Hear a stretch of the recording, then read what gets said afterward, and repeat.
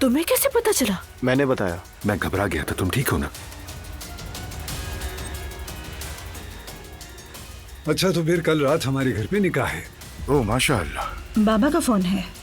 क्या वाकई में? निकाह कल ही है क्या अम्मी? हाँ बेटी। तुम्हारे बाबा कैसे हैं मैते बेटा? हाँ बिल्कुल ठीक है, हस्बे मामूल मसरूफ रहते हैं। अम्मी कैसी हैं मैते बेटा?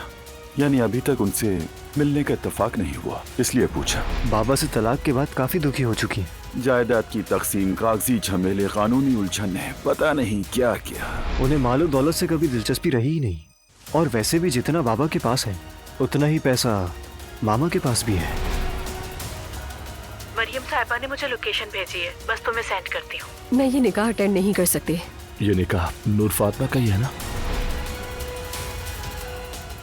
अच्छा, तो इसकी माँ पागल भी है और साथ में अमीर भी।